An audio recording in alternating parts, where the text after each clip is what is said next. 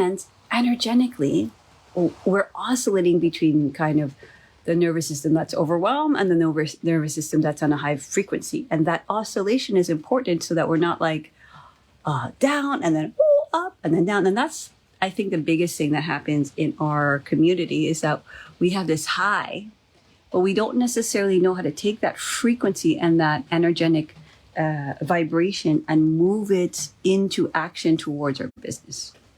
We almost kind of separate the two for some reason.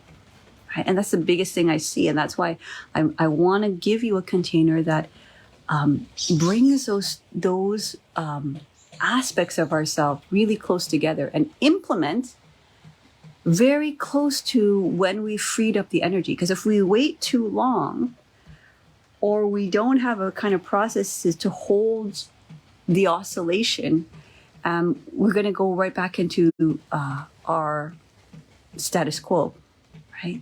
The protecting mechanism. Okay, so let me know in the comments if this makes sense. So let's review. We know that there's your egoic structure and your soul are always going to be present.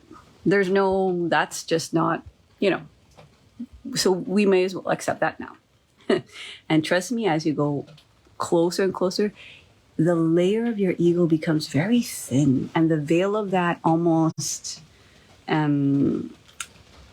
is undetected because your memory thinks, oh yeah, I worked with that in that more obvious way, but in the subtle ways that it kind of puts the veil is different. Like, so for me, an obvious veil, okay, I want to just share this because hopefully this will help. An obvious veil for me is, I've always had sort of different, a particular relationship with men. And my egoic veil is like all men are manipulative. And I saw that. I worked with it. You guys know, right? We've worked with it for years, right?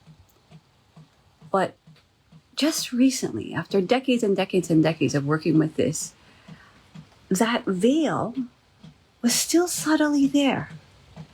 So of course, the closest person in my life, who's my partner, right, my husband, whenever I'd feel a sense of manipulation, I'd kind of broad brush him into that category of you're a manipulative person.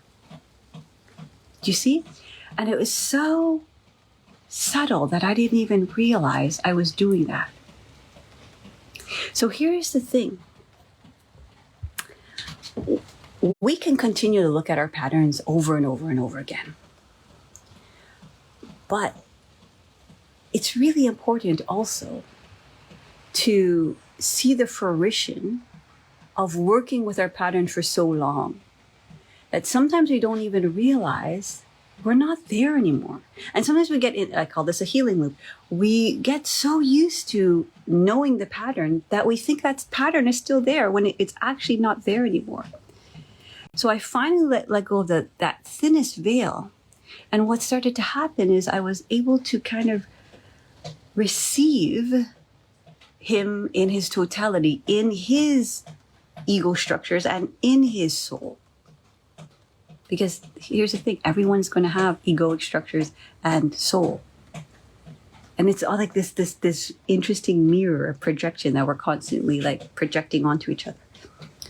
But if we can have room for both, here's the thing, when we can have room for both, for other people's soul, because if we only look at egoic structures, we're just going to think the world is this kind of place where it's in this contracted, diminished point of view. And that's not all it is.